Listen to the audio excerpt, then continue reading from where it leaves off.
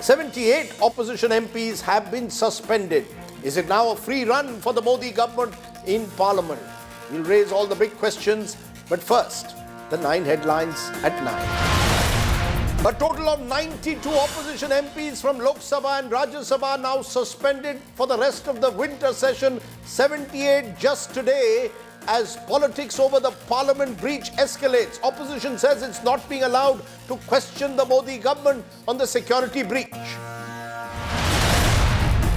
The government says it's intensifying its probe into the parliament security breach. Accused Sagar, who set off smoke cans inside Lok Sabha, says he's done nothing wrong. Police team search Mysuru now for the probe.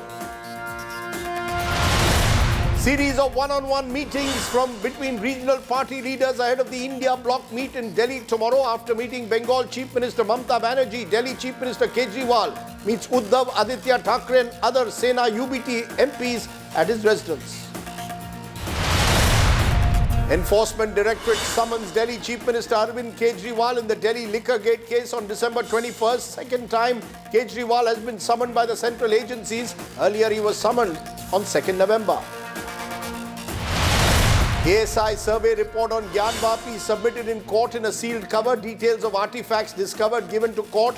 Hindu side says giving report in sealed cover is against the Supreme Court order. Showdown between Kerala Chief Minister and Governor Arif Mohammad Khan escalates. Chief Minister Vijayan accuses the governor of instigating youth. Anti-governor posters come up outside Calicut University. Rains continue to wreak havoc in several districts of South Tamil Nadu. Trees uprooted, vehicles damaged, severe waterlogging. Stalin to meet the Prime Minister to update him on the situation. Italian Prime Minister's Islam comment explodes, says Islamic culture and European values incompatible, asserts no place of Islam in Europe. Pakistani media claims underworld don Dawood Ibrahim hospitalized in Karachi due to serious illness and suspected poisoning. Tight security in place, hospital floor shut for everyone else. No confirmation on Dawood's whereabouts.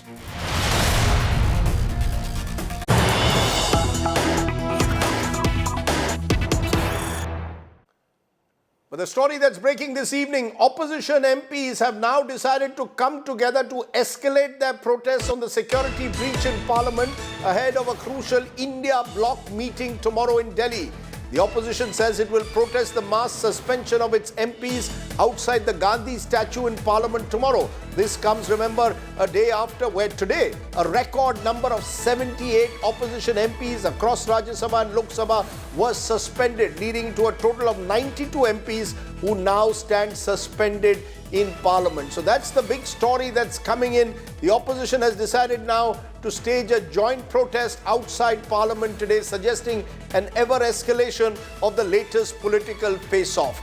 As I said, no end to this political slugfest over Parliament security breach, with both houses of Parliament today witnessing an uproar over that December 13th incident of the security breach. The opposition continues to demand a statement from the Home Minister. 46 MPs from the Lok Sabha and 46 MPs from the Rajya Sabha have now been suspended so far in the last 3 days of the winter session. It clearly suggests that now, ahead of the general elections, there is no meeting ground between the government and the opposition. It's going to be my top focus today. Take a look at what happened. मर्यादा तोड़ रहे हैं, सदन की मर्यादाओं को मत तोड़ें। Massive sloganeering, placards and ruckus. Politics peaks over Parliament security breach. With just 5 days left for the winter session, uproar continued in the Lok Sabha on Monday. The opposition persisted with its demand for a statement by Home Minister Amit Shah. More opposition MPs were suspended from Lok Sabha, raising the total number of MPs barred from Parliament to 92. अपमान किया गया, उनके बार-बार आग्रह पर, उनके बार-बार अनुरोध पर विपक्ष के नेताओं तक ने उनकी बात नहीं सुनी, वेल में आए, अपनी सीट से निकल के हर प्रकार का व्यवधान किया. आज संसदीय लोकतंत्र के लिए शायद 75 वर्ष में सबसे दुखद दिन है। देश के सांसद और देश का विपक्ष, कांग्रेस पार्टी, खड़गे जी, राहुल जी क्या कह रहे हैं? हम सब केवल ये कह रहे हैं कि देश के गृह मंत्री को सुरक्षा में हुई चूक पर जवाब देना चाहिए। ये दुर्भाग्यपूर्ण है कि हम इस घटनाओं को लेकर कुछ राजनीति कर रहे हैं। ये किसी भी तरह की राजनीति करने वाली घटना नहीं है और इस घटना से कभी भी निलंबन जो माननीय सदस्यों है उस घटना से संबंध भी नहीं है। दस्तावेजों को सदन के पटल पर रखता हूं। Item number 7। While the opposition is up in arms, the government made an appeal to let the House function. Practically this is the last session, तो इसलिए मैं निवेदन करता हूं, हाथ जोड़ के विनती करता हूं, ये जो निर्णय हुआ था आपके समक्ष, तो हम तकिया नहीं लाएंगे, उसको स्वीकृति दिया है, इसको पालन करते हुए सदन चलाने के कृपया आप बड़े मन करके सदन चलाइए, यही मेरा प्रार्थना है। सारे सुरक्षा इंतजामियात में जो खामियां पाई जा रही हैं, जो कमियां हमें दिख रहे हैं, ये हमारे लिए बड़ा गंभीर मुद्दा जरूर हम मानते हैं। चाहे बीजेपी पार्टी और सत्तारूढ़ पार्टी इसको माने या ना माने, अगर उस दिन कोई घातक हथियार लेके ये लोग अंदर आते तो क्या होते, ये सोचकर हम हैरान होते हैं। On Sunday, in an interview to a Hindi daily, Prime Minister Modi condemned the incident and said the security breach was not to be taken lightly and should not be politicized.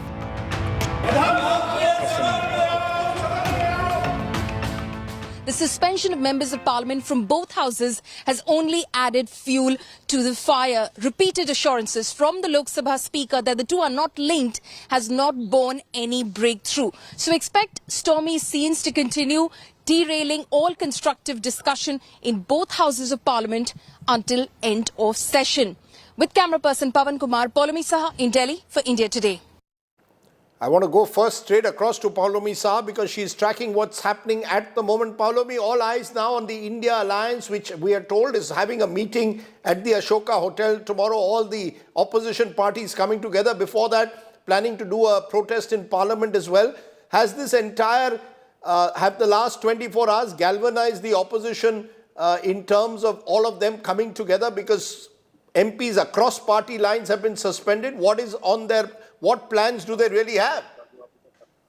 Well, just a few more days for the winter session of Parliament to come to an end. So, of course, they will continue protesting outside, the Parliament premises. At least not in the houses. They will continue to sit on the steps of the Parliament gate, protest at the Gandhi statue. But it remains to be seen how, of course, they galvanize themselves in order to strategize and corner the government outside of Parliament, because, that is going to be the key issue. Can they actually corner the government and put the government on the mat on the outside going into the Lok Sabha elections?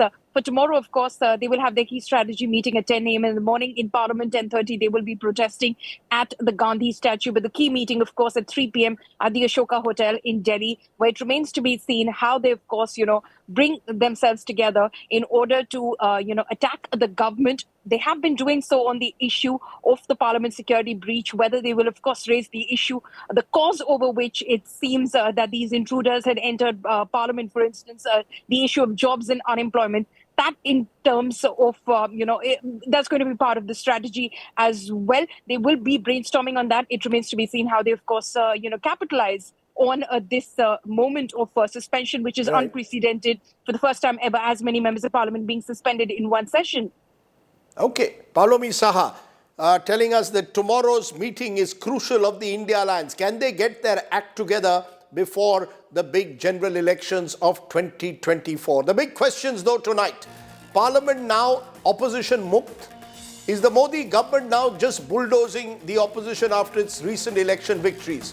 Has Parliament slowly but surely been reduced to a rubber stamp?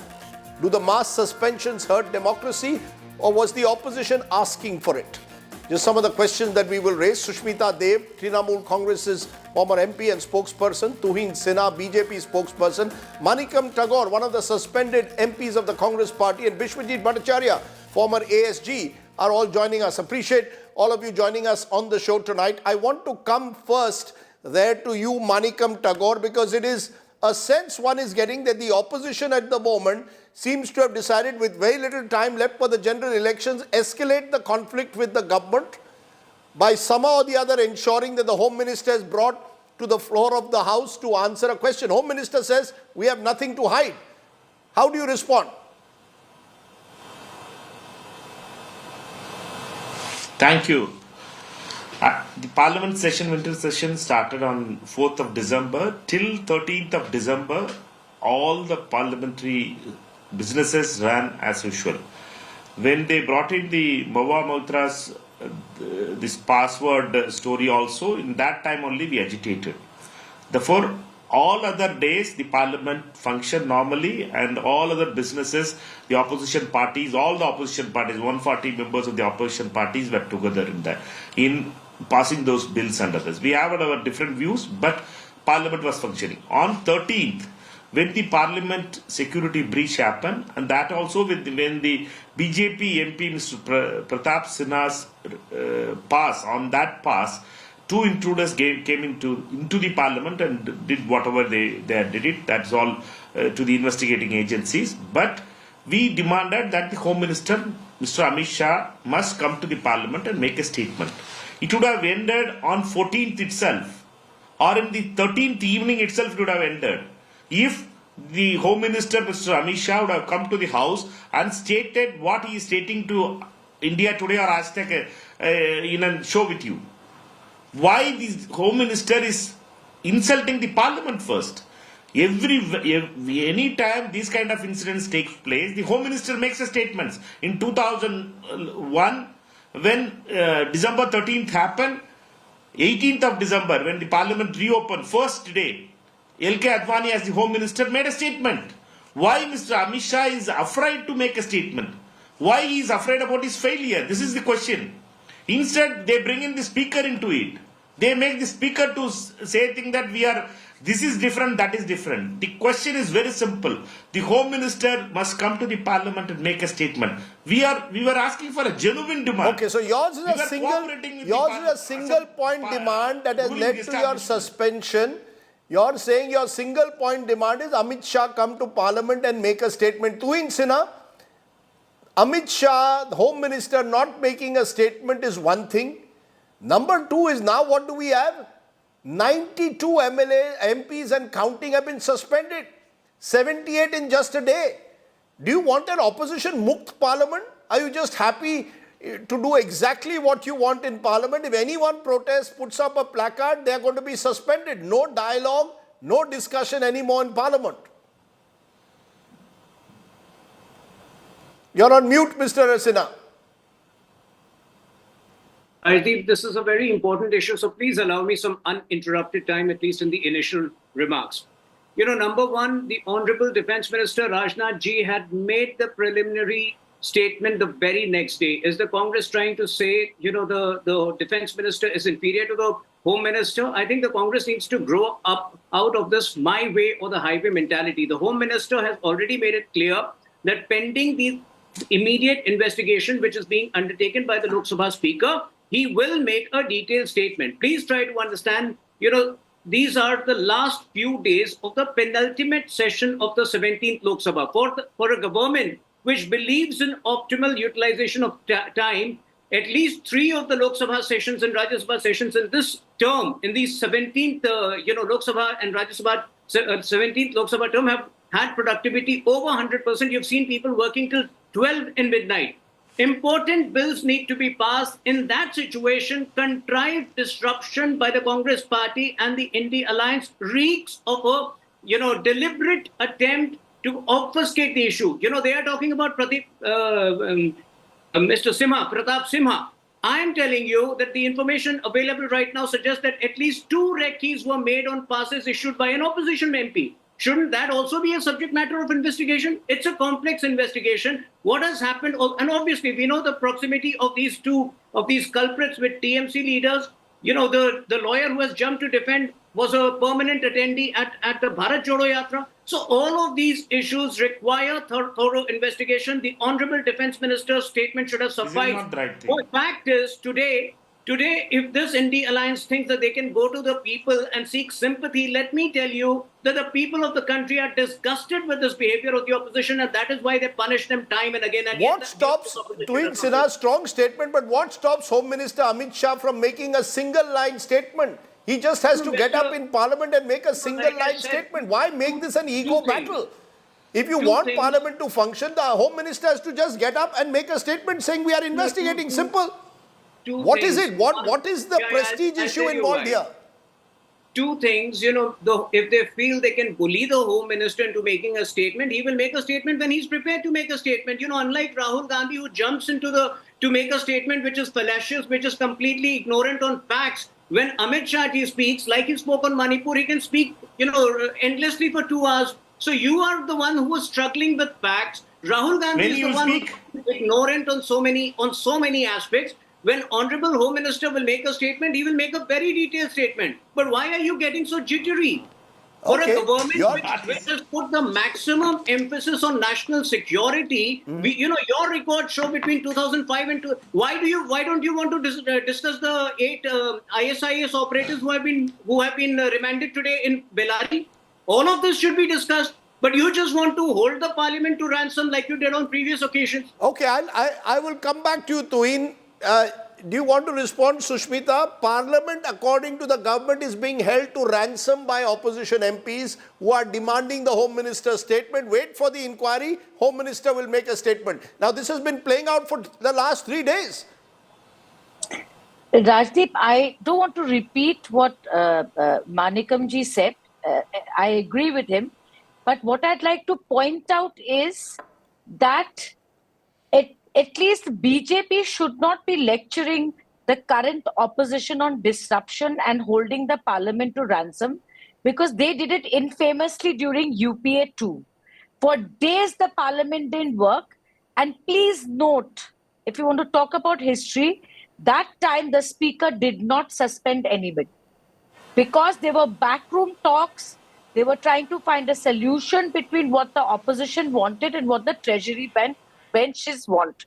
But since the NDA government started its stint around 9 years back, I am sorry to say parliamentary democracy has been held to ransom.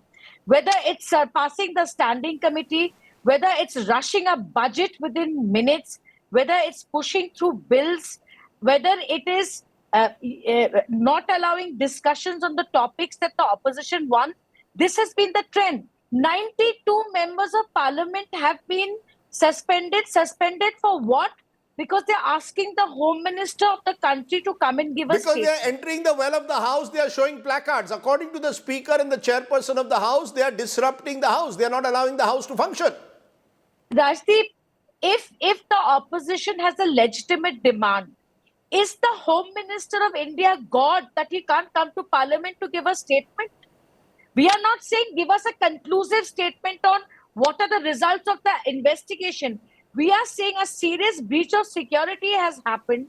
There are several important questions like, why were there only 176 security personnel instead of 300? Why is the Home Minister running away and shying away? Don't forget that to discuss Manipur, the opposition had to move a no confidence motion to ensure the Prime Minister comes to the Parliament. This is a Prime Minister who's always on television because he takes advantage of the fact that he goes live, that this Prime Minister doesn't even come to Parliament. Okay, this is an insult to Parliament, to the country. I've got all the 3 political viewpoints. I just for a moment want to get a legal perspective, because there is a legal angle to this, Bishwajit Bhattacharya, about this power of suspension. The way I see it, under the rules, it's very clear the Speaker or the Chairperson have the right to suspend any MP or MLA. But how do you use this right? Do you believe it's being used judiciously when in a single day, 78 MPs are suspended? It almost seems as if you're sending out a message that we are going to collectively punish the opposition. Well, this is a clear-cut case of misuse of parliamentary legislative function and misuse of Rule 373 and 374 as far as Lok Sabha rules are concerned, and Rajya Sabha rules 255 and 256. Rajdeep, so therefore, in my view, there is a privileges enjoyed within the parliament under Article 122 and 105 cannot override Article 32 of the Constitution of India. This impairs the rights of parliamentarians. Today, it happens to be 92 opposition members. Tomorrow, it may well be the other way around. No, but how is it a misuse? How is it a misuse, Biswajit Bhattacharya, if the speaker or the chairperson believes a particular MP has disrupted the floor of the house, he is entitled to suspend them. That's a power he has. No. How is it a misuse? You see, it is a misuse because the question was asked. You see, the national security is a very, very serious issue. It is not only a security for parliament, it is my security also. I am a citizen of India. I am the voter. I have sent my representative to the parliament. How the persons concerned, they have entered there. They have ransacked the parliament. Who has issued pass? So therefore, if the members of parliament, to further the interest of the country as a whole, they ask the Home Ministry to make a statement.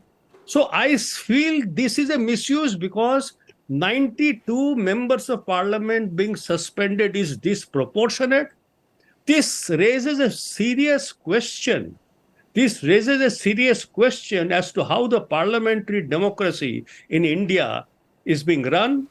And, as far as this is a fit case, in my view, this is a fit case where the matter should be taken up apart from political, even constitutionally under Article 32 of the Constitution of India, because the fundamental right, security is involved, security of the country, security of the nation. No, you use the word disproportionate. You seem to suggest this is a disproportionate way of addressing the issue. Tuhin Sinha, I want you to respond. Biswajit Bhattacharya is not a politician belonging to a party.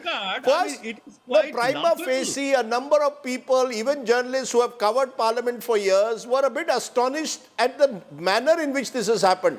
78 MPs in a day seems to suggest that both the speaker and the chairperson of the Rajya Sabha have decided that anyone who protests in any manner is going to be suspended. Suspension should be the last resort.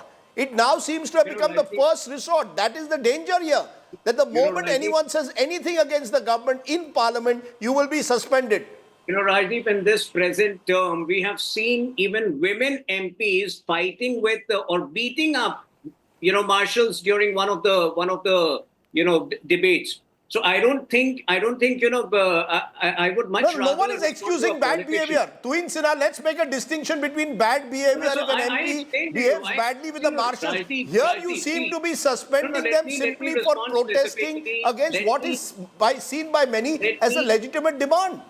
Why this sort of sudden sweeping suspensions? What's the message? I explained to you at the very start. We believe in optimal utilization of parliamentary time. Just 4 days are left in this penultimate session. Important bills, including the updated amendment in the criminal justice bill. Ma'am, please wait. Please don't interfere in between, ma'am. I can respond to the TMC spokesperson. She just said we don't want a detailed statement. We just want a preliminary statement. So why are you so obsessed with the Home Minister? That preliminary statement has been made by Rajnath Singh ji.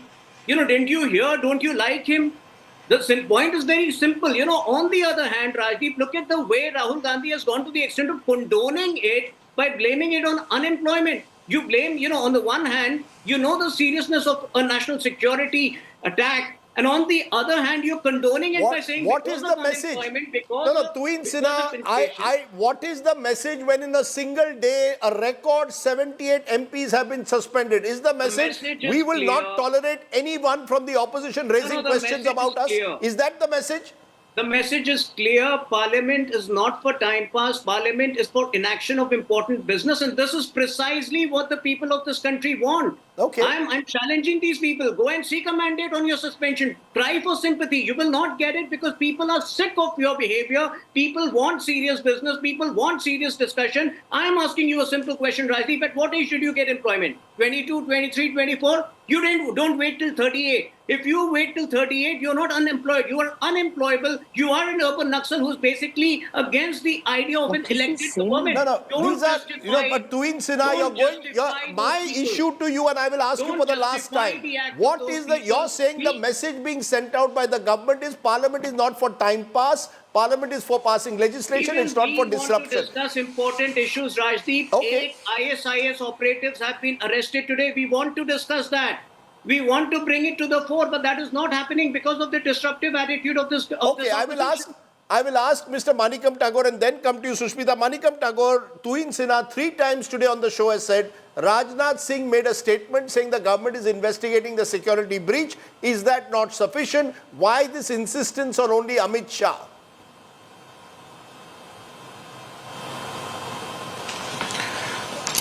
The main problem with Mr. Sinha, like armchair politicians, is that they will make allegations that about Mr. Rahul Gandhi against Bharat Jodo Yatra, all other things without any facts. And Mr. Gandhi has told very clearly that it is a breach, security breach in the parliament, but the issues are of unemployment and price rises stands. Therefore, let us not connect with that. Whatever dots. But please answer my question, Manikam Tagore. According to Tuin Sinha, why is the opposition not content with Defence Minister speaking? I am coming to that point, Rajdeep. Only give him 30 seconds only I took it. Defence Minister, Mr. Sinha, like people must understand, Defence Minister, we were demanding the Home Minister to answer. Defence Minister, as the leader of the House, stood up and he advised the members how to give passes. We have to give passes very carefully to the visitors pass. He was telling about the visitors pass. His statement was related to the visitors pass, not about the facts what happened on 13th. You go to the record and check it. Therefore, I was in the house in that time. When Mr. Rajnath Singh, we all listened to Mr. Rajnath Singh's statement. As the leader, he is the leader of the House. Therefore, as the leader of the House, he made a statement. We were demanding for the Home Minister's statement on the happenings on the 13th of December Why incident. the insistence? That is two different things. Why the He is insistence? telling about Pratap Sinha's issue. Okay, Yeah, you're saying... yes, Home Minister must come and answer. Mr. L.K. Advani has... You have to come. You have to understand, when we are asking for Home Minister to make a statement, he won't come, but he will speak to Rahul Kanwal. He will not come to Parliament. Then we have to make Rahul Kanwal as MP. Then only he will come to Parliament and reply to Rahul Kanwal. No. He will not answer Home Minister is entitled to choose, has chosen to come and ask the India Today that you can raise the question. We invited him much earlier. He chose to come here. Your point is taken that he should have come to Parliament first. Parliament is the appropriate forum. Sushmita Dev, before I come to you, I want you to listen to Mamata Banerjee, your leader, because I asked her this very question. Today she met the press and I asked her this question. What is it that she sees, according to her, the government is doing at the moment with these suspensions? Listen in. Who will walk with them? Who will raise the voice of the people? You tell me. Totally the voice of the people is being totally stopped, choked. Let them suspend the house first. They have no moral ground to run this house. To expel all the, suspend or expel the opposition fully. How they will run the house? They will run the mockery, nothing else. Opposition Mukt Bharat is what Mamata Banerjee says the government's planet. But Sushmita Dev, according to Tuin Sinha, you will get no sympathy. The public out there has no sympathy for the opposition because the government has convinced the public, according to him, that the opposition is only here to disrupt. Please understand, historically, every time there's a government in power, there is always an opposition. And the first principles of a democracy is inside the parliament, the opposition must have its say. That's why we are there in the opposition.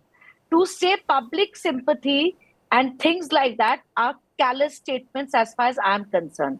And let me put something else on record.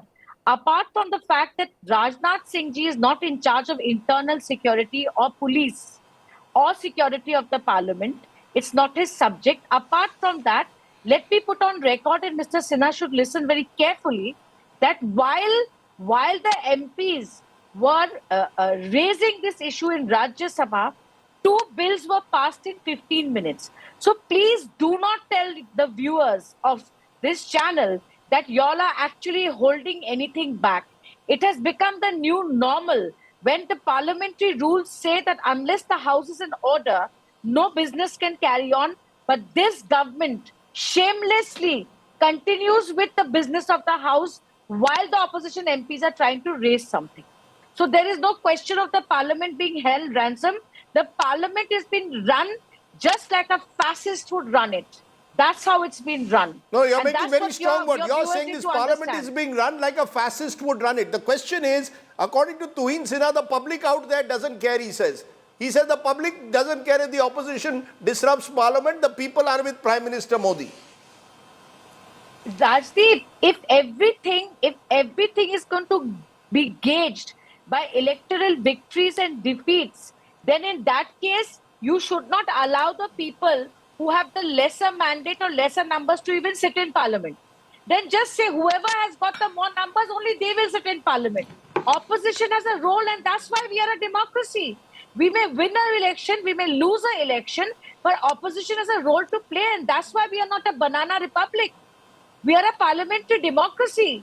We have to be given a voice. You know, today you expel an MP for sharing her password, and today you have nothing to say about an MP who's responsible for allowing these people to come in.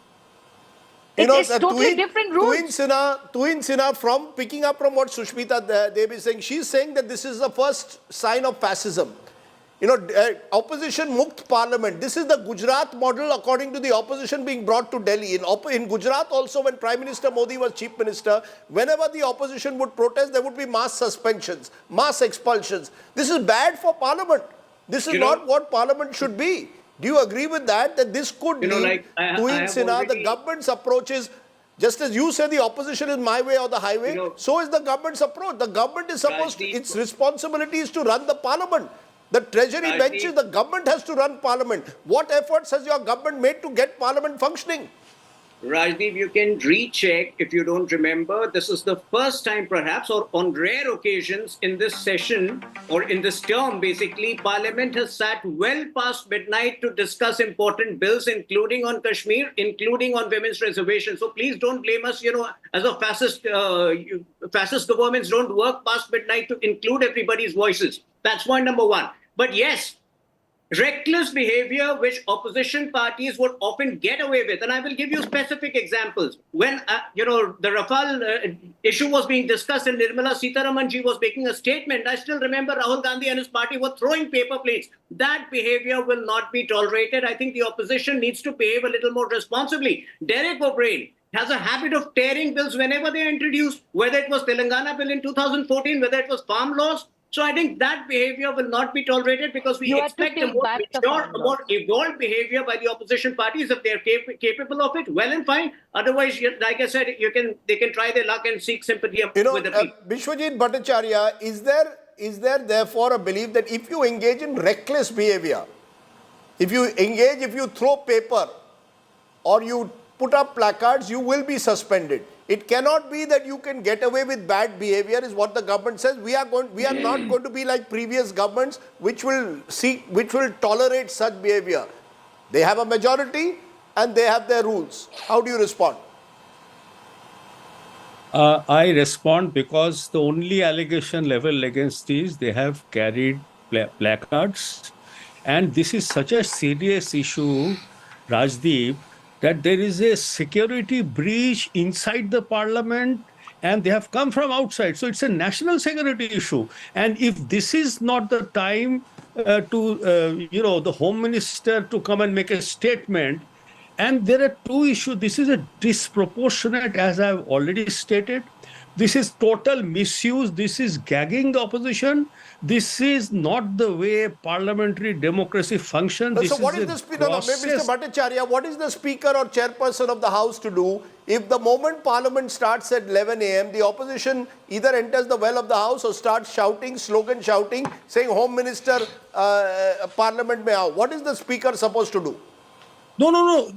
The speaker should request the Home Minister to come. You see, this is as simple as that. If in a national security issue, Defense Minister, Honorable Mr. Rajnath Singh is not in charge, national security issue comes directly under the Honorable Home Minister.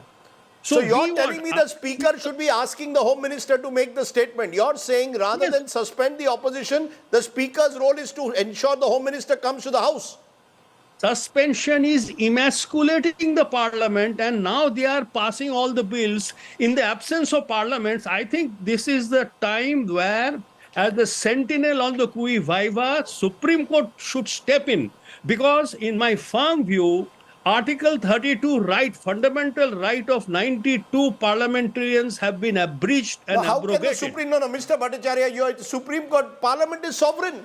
Tomorrow, if the Supreme Court steps in to the decisions of the Speaker... There have been instances, Article 105 and Article 122 on procedural aspects. You have this Maharashtra judgment in the Supreme Court where Eknath Shinde came to the court. And then you also have 1992 Supreme Court Constitution bench in the context of 10th schedule, where para 7 was knocked out, that no court shall intervene. So, the arms of the judiciary are gradually basically entering. And this is a fit case. 92 members of parliament have been suspended. In one day, 78 members. I mean, this is only precedent is... You're making the point. The point that you seem to be making strongest is disproportionate punishment. Tuhin Sinha, by 92 MPs being suspended, it seems almost as if the government is sending out the message. The real message is the entire opposition is being collectively punished. You see, 92 is virtually half the opposition. Half the opposition today has been suspended. You might as well close down Parliament. It's my money, taxpayers' money. Close it down. First of all, Rajdeep, to compare this attack inside Parliament with what happened 22 years back is extremely fallacious, because that was done by Pakistan-sponsored terrorists. This was done by disgruntled elements with overt proximity to certain opposition parties. So please don't keep comparing it again and again. And that is why the subject matter of investigation is going to be far more complex. It needs time. And once the investigation is out, you will know. Secondly, I have pointed this out time and again. The suspension has nothing to do, with their demand. No. What is it? When you suspend 92 people at one go, what is the message being sent out? Okay, that line to Tuhin Sinha has blocked, but Manikam Tagore, as one of the MPs suspended, do you have any regrets?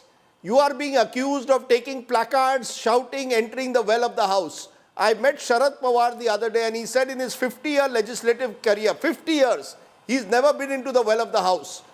Do you have any regrets at all of going into the well of the House time and again? You are seen to be one of the serial offenders according to the government.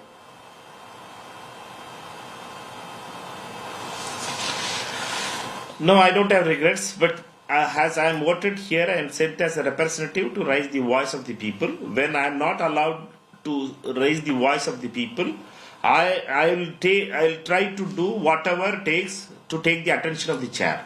Because it can't be only a Chinese assembly or a national assembly like thing that the Prime Minister comes and makes a speech and everybody cheers and goes off. It can't be the Gujarat assembly model where only those people who speaks and opposition will be thrown out. That model can't work. Here, if it is a one-member party also, they should have the right to speak.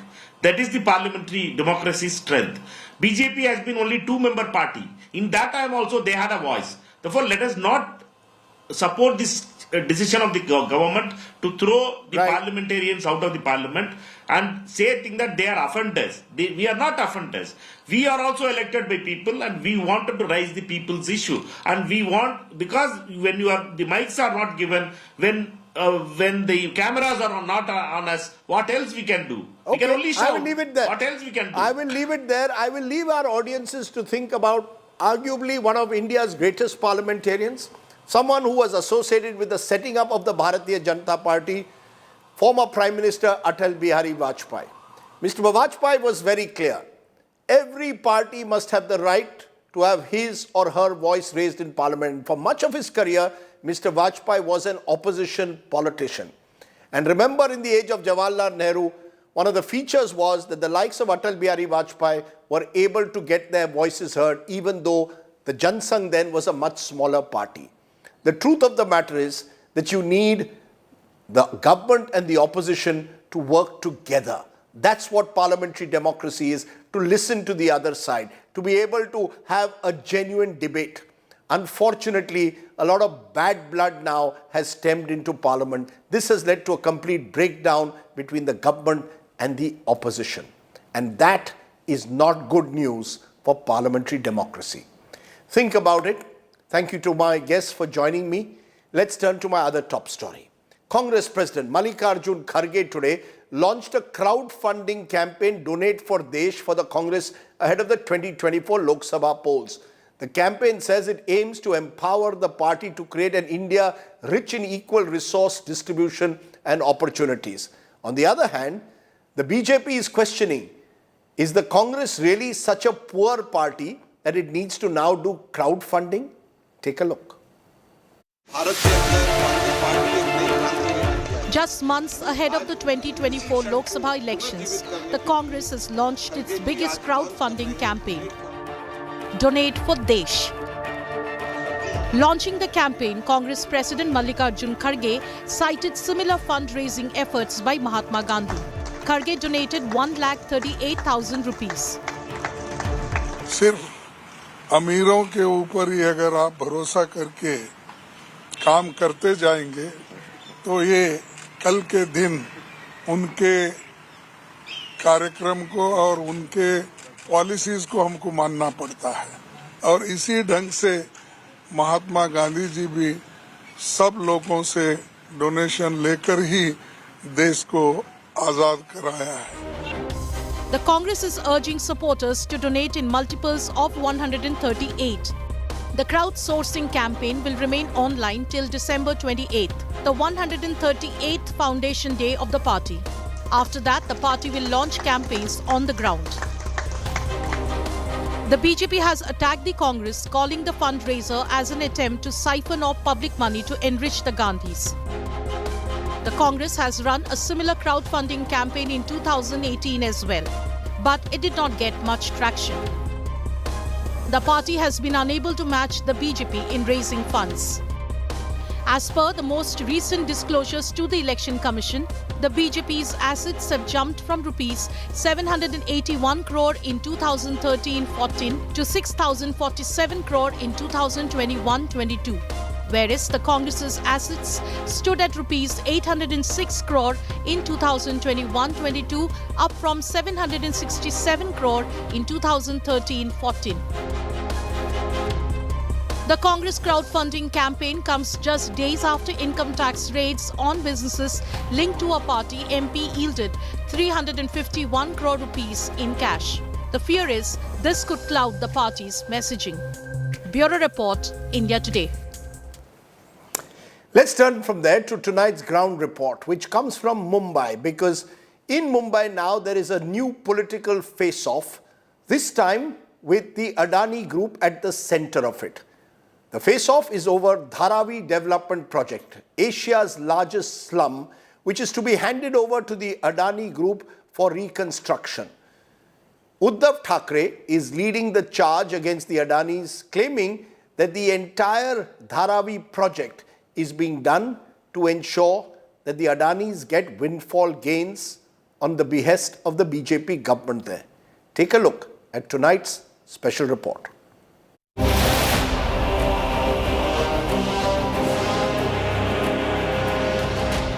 Uddhav Thackeray for the first time has joined hands with the Congress to question the handover of the Dharavi redevelopment project to the Adani group.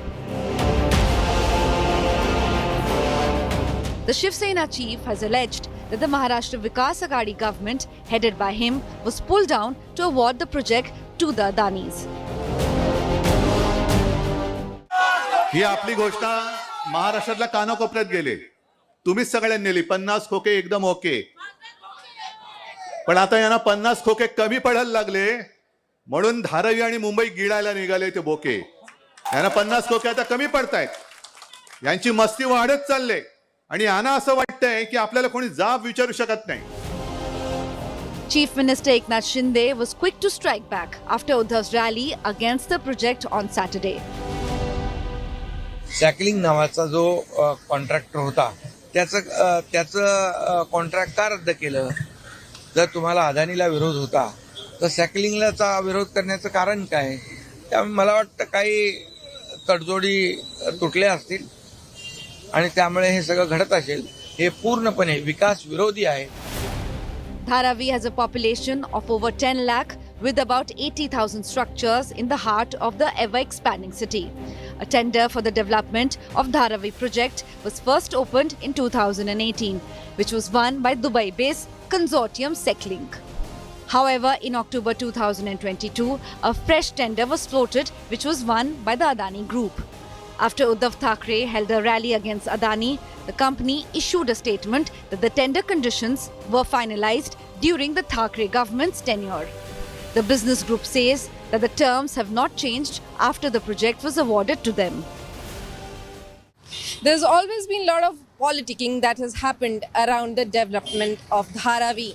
War of words over the last many decades have led to delayed projects.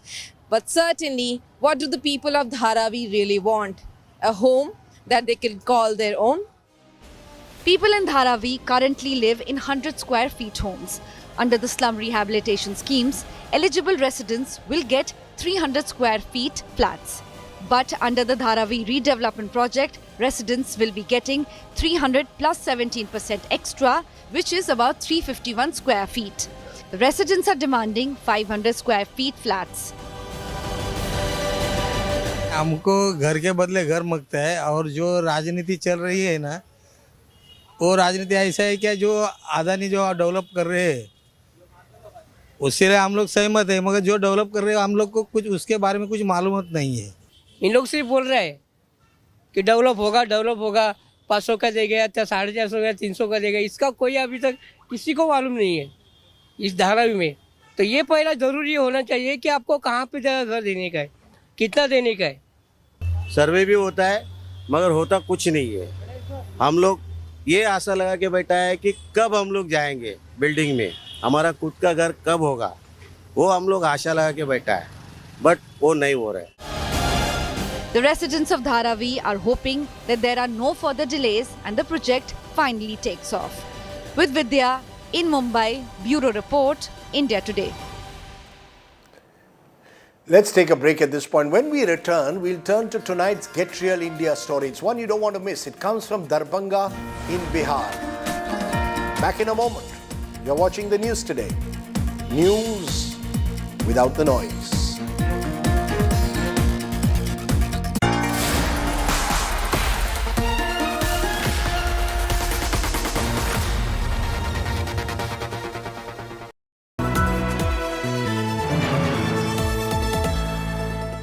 Get ready for an immersive journey into the heart of news, politics, and insights that matter.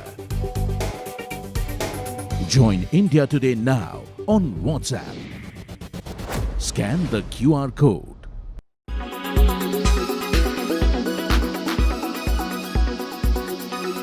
No doubt about it that Pakistan government can never